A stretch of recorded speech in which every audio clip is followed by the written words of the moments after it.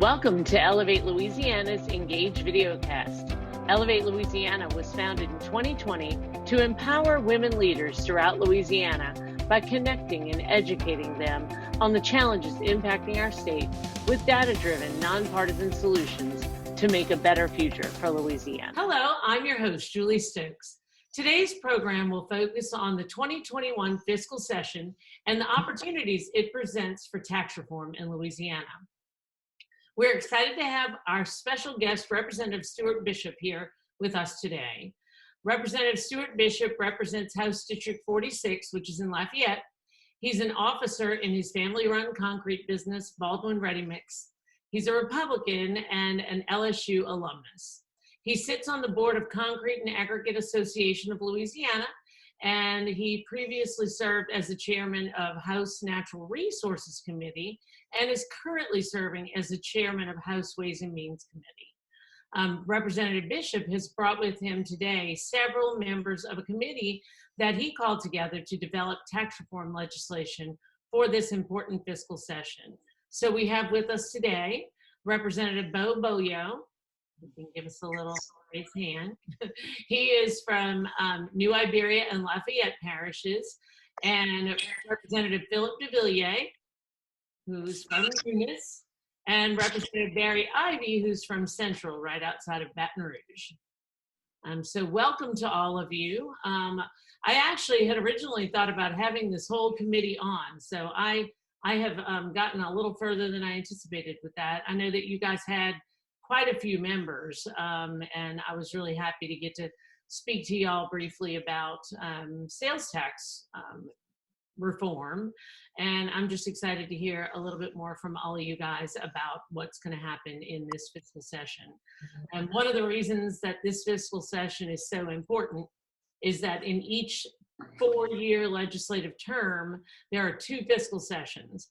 The first one is in the time that is the first, the second year of each term. The last fiscal session is in the last year of the term, and it's often a lot harder to do meaningful tax reform when you're in an election year.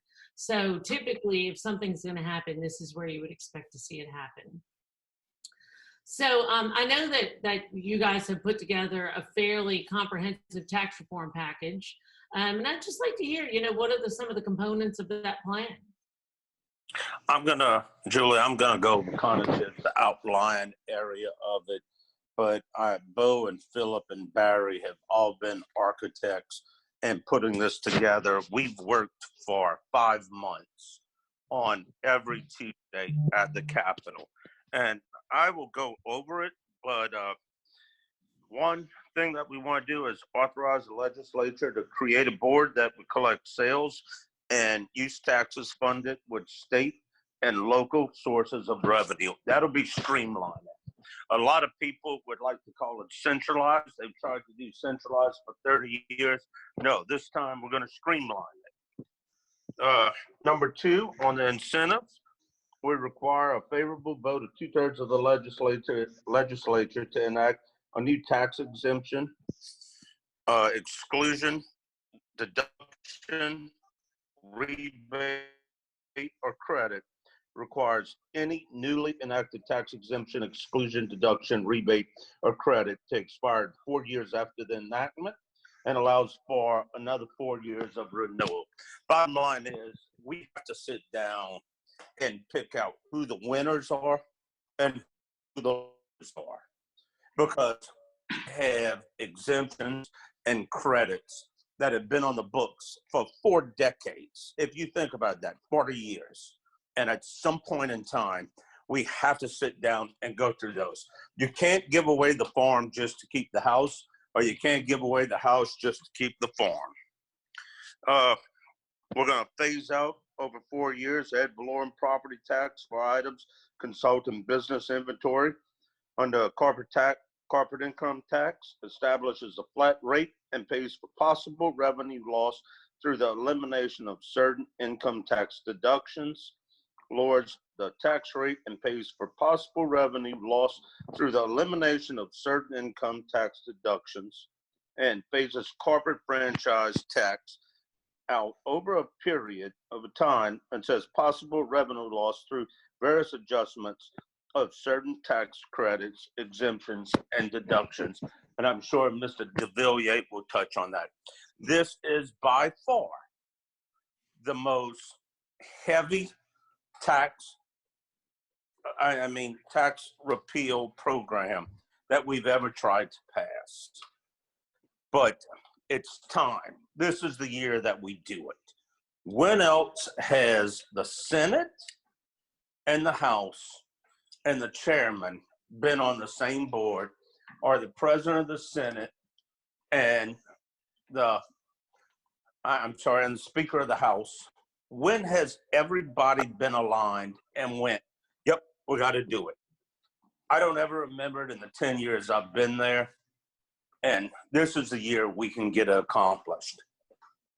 I am only carrying 2 of the bills of the package, and I'm going to let Phillip and Beau and Barry go through their package of bills. But one of the things I'm going to do is I'm going to do capital outlay. I am going to revamp the way we do capital outlay. It's not going to be popular.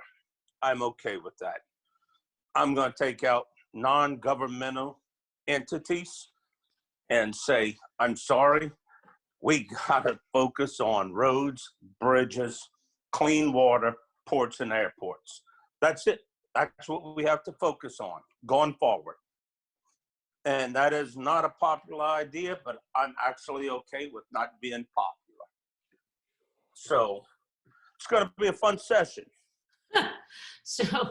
So wait, you said you had 2 bills that you were going to be doing on your end. What's the other one? The other one is capital outlay, and the other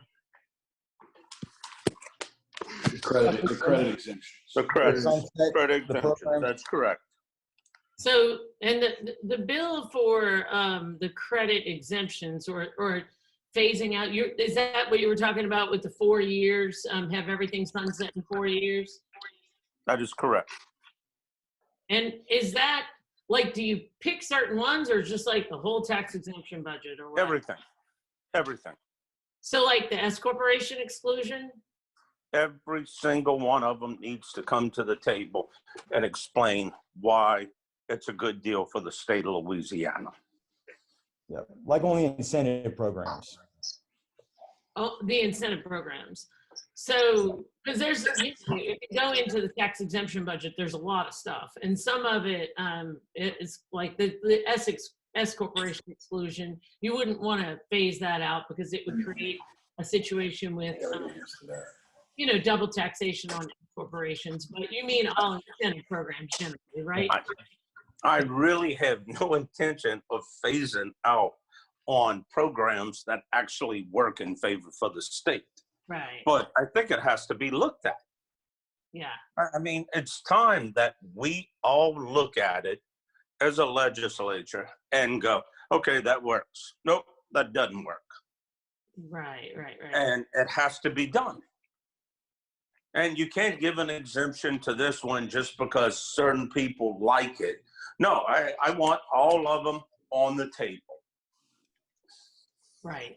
Okay. So, and with the capital outlay, does it change who is in charge of basically doling that out? Or is it just on what sort of things will be able to be, okay, good. So it's just the kind of items. And you're looking to limit that to roads and bridges, ports, and water systems? The biggest thing about the bill is that it's going to take out any non-governmental entities or NGOs. Right. Which needed to be done years ago. Right. And so, so not local governments though. You wouldn't be taking out like things for like the parishes or cities. No, I would not be taking any of that out. And I could name a couple of organizations that I would take out, but I'm not going to go down that rabbit hole today. Right. Because sometimes we'll get into a situation and the legislature will end up, putting a few $100,000 or $1 million or sometimes multiple millions into something that is really for an entity that's not government. Like, I mean, I don't want to pick on any in particular, but it could be a not-for-profit that serves a particular population, or, you know, I've seen it be a center for aging or something like that. But to take those types of things out of there, not to pick on any particular kind of entity, but generally speaking. So, all right. I'm going to break, Julie, I'm going to break my rule, and I'm going to say this. The fact that we have the Audubon Institute and the capital outlay bill for $136 million to rebuild a new butterfly house. I love butterflies. I love giraffes. But I'm going to tell you right now, that's ridiculous. Could you imagine what Phillip could do, or Beau could do, or I could do with $136 million of capital outlay? It's quite a nice chunk of change. Yeah. That's interesting. So forget my hundreds of thousands of dollars. So yes. So hundreds of millions of dollars, perhaps. All right. Well, good. I mean, okay, good. So, you know, moving from there, you know, one of the things that you just mentioned was centralized sales tax collection, but to call it streamlined sales tax collection. What do you mean by that? Beau, I'm going to let you handle this one.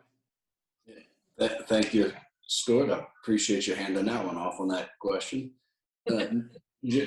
Julie, we have an antiquated sales tax collection system in Louisiana, and I think when you use the word centralized, I think it gives to the everyday person on the street to centralize it. They don't quite understand exactly what that terminology means. If you say you're going to streamline something, it means you're going to make it easier. And for all of our businesses out there, the one thing that I've heard from my customers over the last 20 years that we've been in business has been the difficulty with regards to sales tax collections in Louisiana, sales tax audits, and whatnot. And by streamlining that process, we're going to make it easier for them to be able to be in business and to conduct business and to remit the money that's due to the state and to our local municipalities in a timely and efficient manner.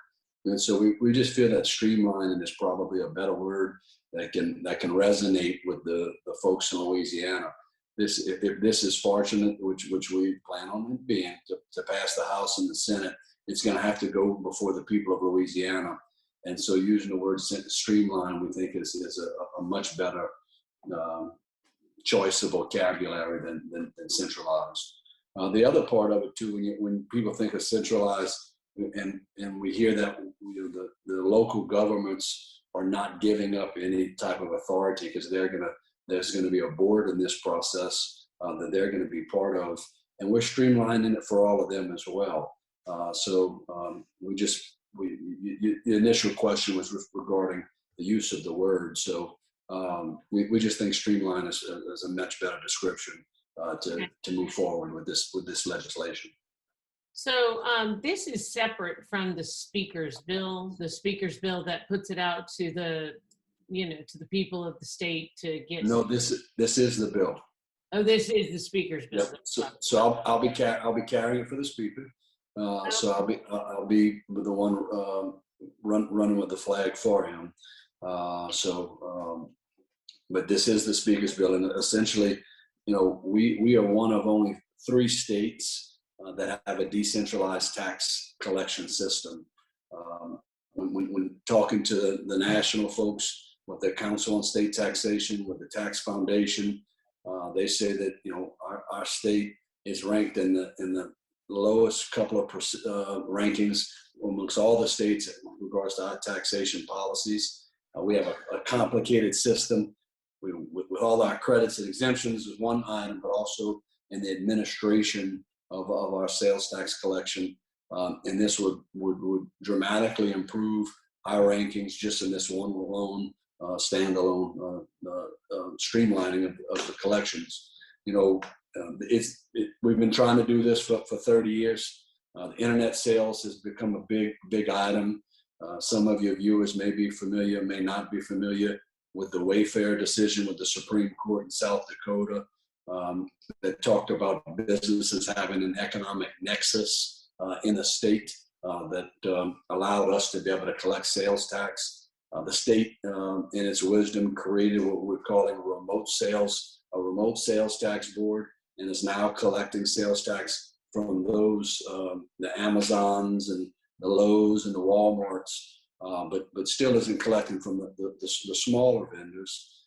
So that allowed, by having this economic nexus of $100,000 or more than 200 transactions in a year, it allows us to collect those sales tax. But we have a lot of fruit that we're not picking so far. Between August, by December 31st, it went into effect in July with very few vendors coming on board.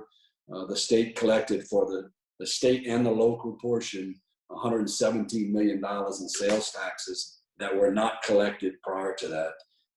We went from having a couple of vendors online in July and August to now we have about 2,500 vendors that are now sending in sales tax. So as this goes on, we need to protect that system. They say that Louisiana system, because we have this decentralized system, because we're taxing internet sales differently than we're taxing intrastate sales different than we're taxing interstate sales, that we are ripe for a lawsuit. They're saying if successful, our state and local governments could have to return these dollars that they've collected because they don't feel that it's constitutional.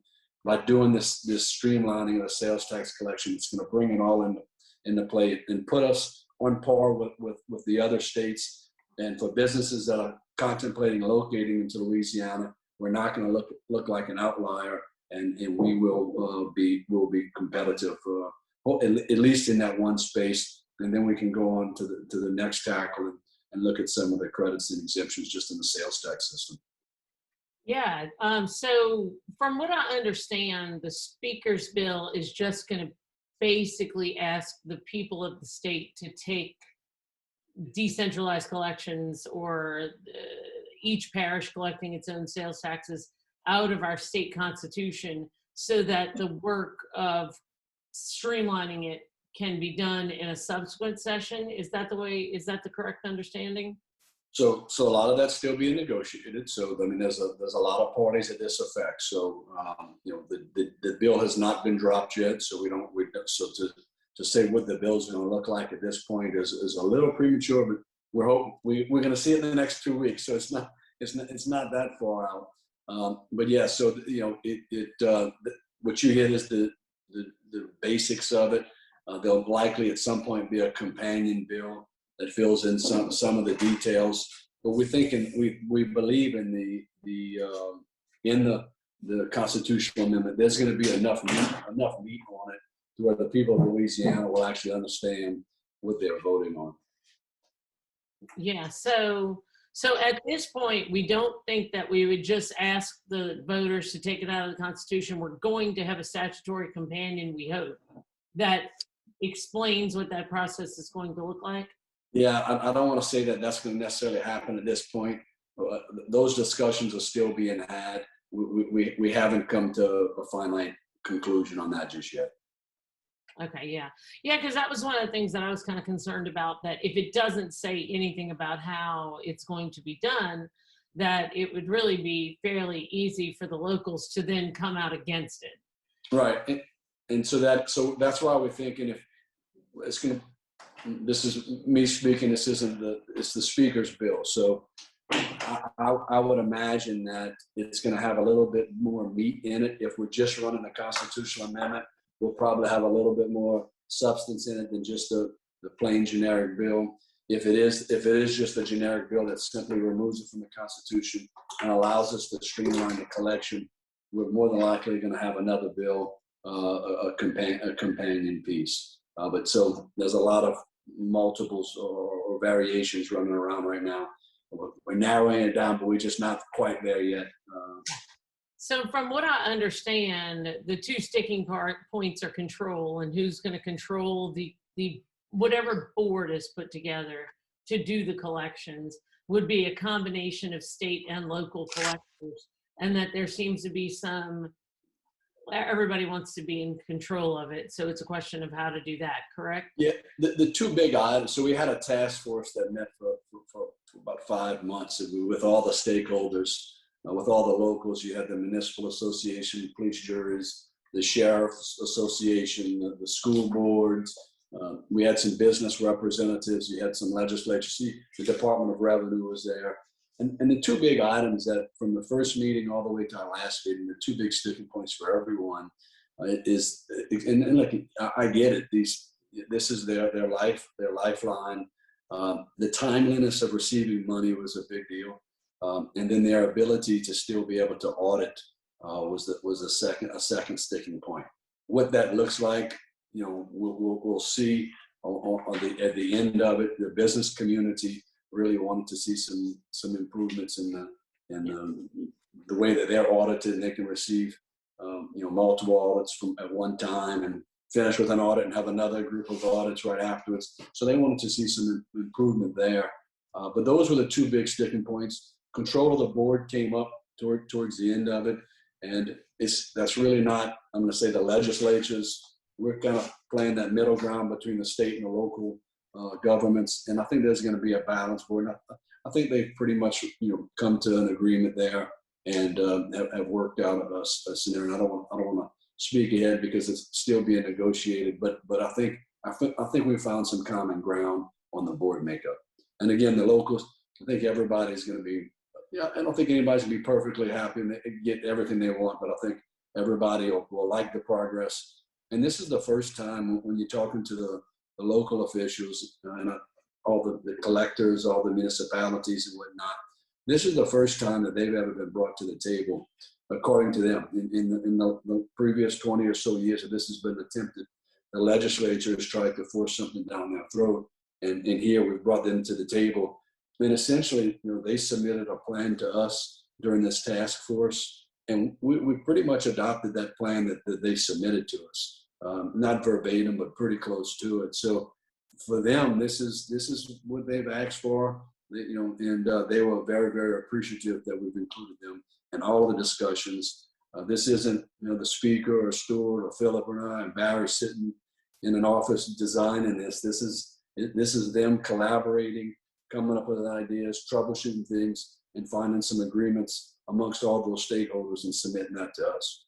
Yeah, and I know what a yeoman's task that is. So it'll be interesting to see how all of that comes together as time progresses. A couple of other things that I really want to talk about, but one of them, because I know the least about how you would do it, and that's to phase out the inventory tax. I don't know. Yeah, and that's going to be for one of them, but let me mention just kind of as a bridge to that, with the federal dollars that are coming in right now, there's a federal requirement that we can't decrease taxes in Louisiana or we're going to lose those federal monies. So when so we have another thing that we're having to work out as we're talking about the inventory tax and the corporate income tax and franchise tax. Just have your viewers have in mind that now we are going to have the difficulty where we have to balance and make it a revenue neutral bill. So I'll tee that up for our inventory tax guru. So Phillip, you want to tackle that one? And Julie, first of all, I want to thank you for all the things that you tried to show me, I guess, over the time when I was in session with you and worked along with you in Ways and Means and on the floor. I learned a lot from both you and Barry, and I do really appreciate those things. Although I do move houses for a living, I'm not a CPA, so just bear with me on my lack of competence in the tax world. On your question, as far as the inventory tax goes, I think the inventory tax is a really bad policy. However, you don't hear a whole lot of complaints from the business world because we're giving it back to them in the form of a credit, which I know you're very well aware of. When you look at the inventory tax and you go back, say, 30, 35, 40 years, it used to be something that only the locals would collect and the state wasn't really involved with. And those numbers were probably in the $40 million range of a collection on the local side. And then when I was elected in 2015, the inventory tax credit and it was costing the state somewhere in the upper of around 600 million. So when the state turned around many years ago and said, we're going to give a credit, that credit really and truthfully blew up the collection side on the local level. And I don't want to be real complicated about it. I just want to state a couple of facts first. And then in 15, you may remember, they had a legislator that had basically reduced the credit from 100% to 75%. And then in 16, I think Senator Rick Ward had passed legislation basically saying you couldn't get ITEP and inventory tax credit. You had to choose which one you wanted. So from 2016, when that credit or the tax itself was costing in the neighborhood of around 600 million, today it's closer to 270 million. So within a four-year period, the inventory tax collections and the credits have gone down substantially in the last few years. And I haven't heard anything from business on the reduction of 100 to 75%, nor from the locals saying that they're receiving less as for an inventory tax collection, which really and truthfully leads me to believe that it points to ITEP as well. So again, I don't want to get too much in the weeds, but that's just kind of a summary on where we are. But yeah, certainly want to bring legislation this year to phase out the inventory tax. And most people want to know, well, how in the world the local is going to absorb this $270 million cost to their budget. And I think that's a fair question. I also think that we need to have the discussion on ITEP. And when you think about the governor's executive order, and they're collecting now 20% on ITEP, which they weren't collecting before. And as those numbers come in, I really believe it gives locals the ability to make up a lot of the inventory tax, I guess, reduction in collections. I have asked staff to put together some sort of chart that shows who's receiving inventory tax, on I guess a scale, and also who's taking advantage of ITEP, and if it's the same parishes. But it's something that I certainly want to phase out. I think it would also be a good time to move into what I'd like to see on the franchise tax as well as the corporate income tax. But I'm going to stop for a minute to see if you have any questions on the inventory tax side. Yeah, so I know that a lot more things are listed in the tax exemption budget now. So there might be some detailed information on the inventory tax by parish, I think. But do we know those ITEP numbers by parish and how that balances out, and how are the locals taking this idea? Yeah, I mean, the locals, I think they're just seeing these bills being filed, because I think mine was dropped maybe if it was Friday or even Monday, but it's very recent. So of course they have concerns about it. And I'd like to bring everyone to the table to see what we can do to bring good tax policy. One of the things that when we started off our meeting several months ago, we had a vision of a policy that was simple, fair, and predictable, which are the same things that you heard when you were in the legislature. And it's just something we really and truthfully want to craft our legislation around. So to your point about what the TEB or the tax exemption budget looks like, I think that's what leads us into the conversation of franchise and corporate income tax. And as you're well aware, the revenues, the self-generated revenues for the state of Louisiana, a good portion of it comes from franchise tax and corporate income tax. Not as much as personal income, obviously, or sales, but it is a big portion of it. And I do have a bill to phase out the franchise tax, because that's just a terrible tax policy. And you would agree that is just a bad tax policy. The note is going to show a revenue to the state of 400 million plus. So what's the question that everyone wants to know? Well, how are you going to pay for that if we're going to phase it out? And I think it's a fair question. I've always argued it's going to create more business, and the Senate really don't like to hear that. Neither does the fourth floor, which I can really and truthfully understand. So what I'm doing is a little bit of a different angle this year, and I'm bringing a bill to do a 50% reduction in credits and exemptions. So when you look at a 50% reduction in credits and exemptions, and staff is going through each and every one of them, it's taken them a lot of time. They should have had the bill finalized, but to get the numbers back from the House Fiscal Office is taking a little bit longer than I'd like. But my number is probably somewhere around a $600 million note, or a gain on the state side, if we do a 50% reduction in credits and exemptions. Just looking at the TEB charts. Now I know Barry's working on his own chart, and I'm looking forward to see what he says when it comes to this. But that would certainly backfill the 440 on the franchise tax phase out, as well as give us an ability to buy down the rate on the corporate income tax side. You may remember the bill we passed, I think Walt Leger had it, on doing a 6.5 flat rate on the corporate income tax. It did pass, and it went to the vote of the people where it failed. So I'm bringing a bill to bring a 5% flat rate. And with the 5% flat rate and removing the federal income tax deduction, I'm still a couple $100 million short. So I'm hoping that coupling that with the 50% credit reduction in the tax exemption budget, tying that'll give me the rate of 5%. So it has to be kind of a passage of all three of those bills. The 50% reduction in credits and exemptions, the phase out of franchise, and a single flat rate of 5% on corporate income. That's kind of a little package or group that's tied together. Now, if the budget shows where we can also backfill anything to do with the credit, I mean, when you're doing a 50% reduction in credit, I think it kind of points back to 2015 when y'all did a 75% reduction in credit. I don't know how that's going to work out. I guess, in the legislature, it's just going to be difficult, but that's what my vision is. So, and that's actually the first thing I thought of when you started talking about it was in 2015. I think I'm remembering this. It was either $420 million that was raised by getting rid of a lot of corporate tax exemptions and the like. It was like in the multiple hundreds of millions of dollars. And the hard thing. Katrina Jackson. Say that again. Katrina Jackson had that bill. Yes. And I feel like, it might have just been Katrina. Yeah.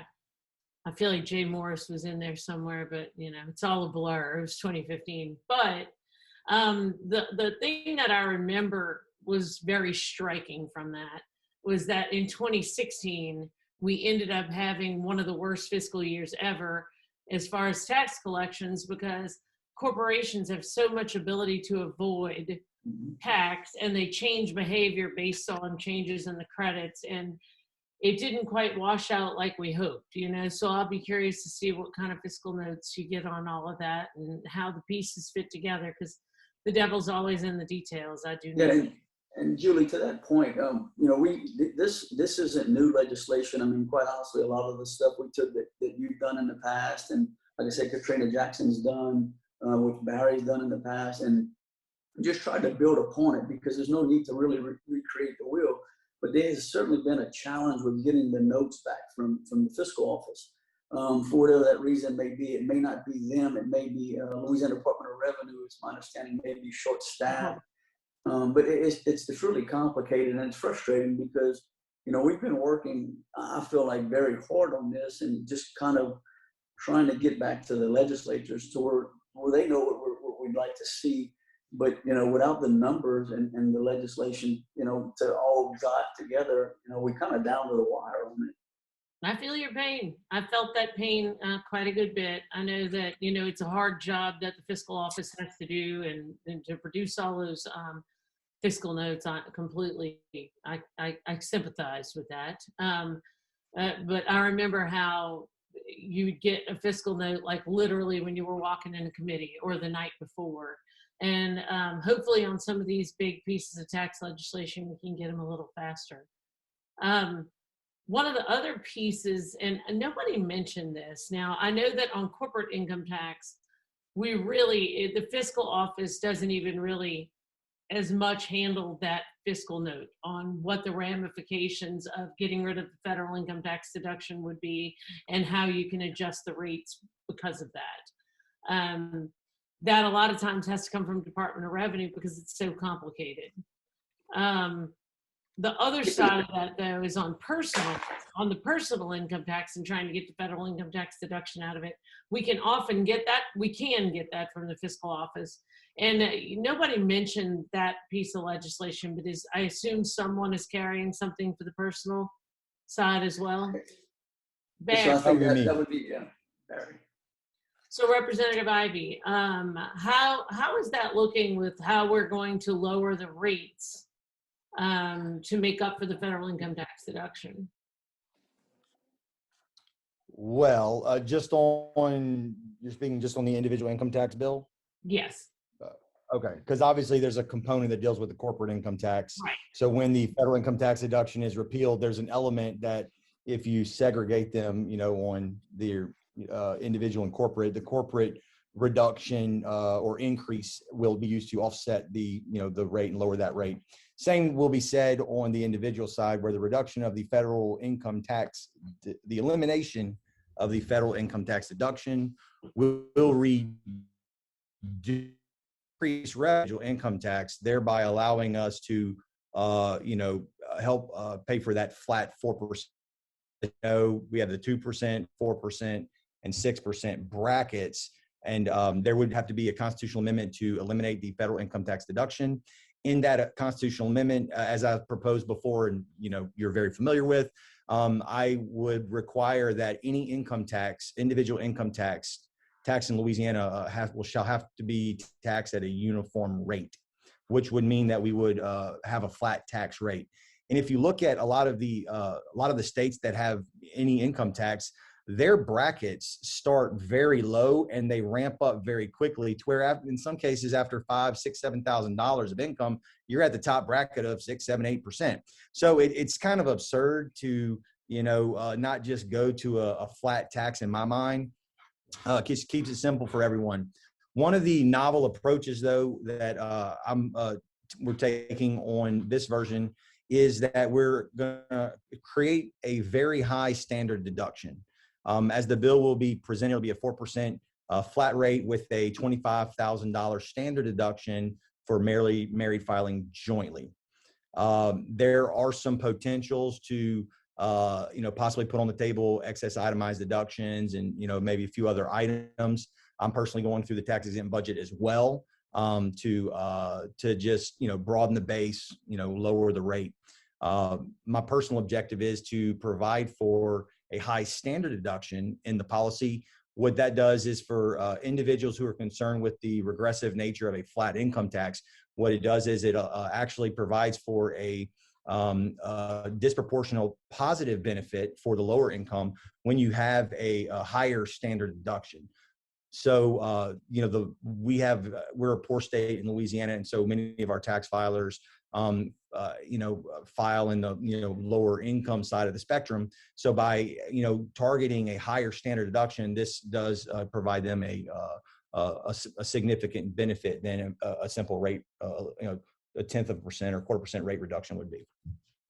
So you'd be able to truly have a flat income tax, but if I had to guess that up until the highest registers of net of taxable income, most taxpayers, it would still be probably more progressive than what we have now. Because if you really look at the tables on what we have now, it's actually, because of the federal income tax, quite flat already. Right. So it's near a 4 something effective rate right now, I believe. Yeah, right. Because it was 3.8 or so. And then after the Trump tax cuts caused Louisiana taxes to increase, I would think it's probably in the low 4s at this point. Yeah. Part of it is just simplifying the policy as well. But yeah. One of the last point is, for, a lot of my colleagues, yourself included, we've discussed the eliminating the individual income tax in Louisiana to try and be more competitive with states like Texas, Florida, Tennessee, and others, where, what I believe this does is by establishing a flat income tax, if you're going to have one, it actually allows us to incrementally chip away at the dependence on income tax revenue by just focusing on increasing that standard deduction. So maybe we get there, maybe we don't, but I think it's a shorter path to actually achieve, eliminating or effectively eliminating the income tax, particularly for the majority of Louisiana taxpayers. Yeah, so what a lot of people don't realize is that when we passed the SELI plan, which was an income tax for sales tax swap, we put the rates and brackets in the Constitution. So when you talk about having a flat tax, you will have to take the rates and brackets out of the Constitution, because that bottom bracket that's set at 2% right now cannot be more than 2%, even if you have that standard deduction. Right. Which was one of the reasons that when I was looking at a flat tax, that we'd have to do a 0 bracket at the bottom. So it wasn't exactly truly flat.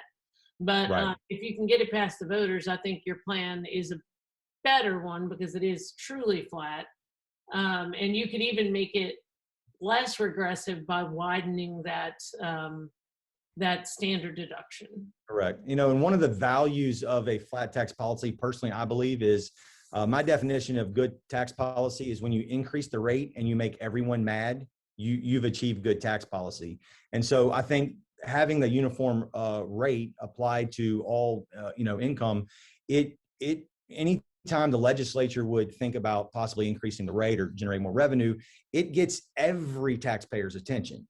When you have and grab the games, the us against them, the have-nots, and all of a sudden it gets confusing and it's really hard to determine, who's going to be the winner. In this scenario, everyone knows every time how it's going to affect them because the only thing that's really going to change is either the standard deduction or the rate.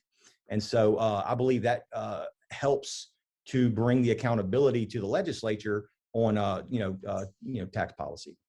How many points or improvement points in rankings or positions from being the worst, to being the best tax environment that they like to say, would going to a flat income tax, what would that get us? Does anybody know that answer right now? I know that I think Phillip and maybe Beau have been working with the Tax Foundation on certain elements. I don't know if they've scored the whole package together or individually, but they might be able to. The Tax Foundation, they didn't score it collectively. They're basically looking at different items and kind of telling us how many rankings each one of them would improve. And it's substantial, each one of them individually. We don't know what it looks like altogether. But all these bills are significant. And I think, when I didn't write down the rankings, but they should all individually move us up, a good 8 to 10 points, if my memory serves me correct. I don't know what the entire package, if it passed, what it would do. And I don't think they were looking at it from that standpoint. I think they were looking at it individually. Yeah.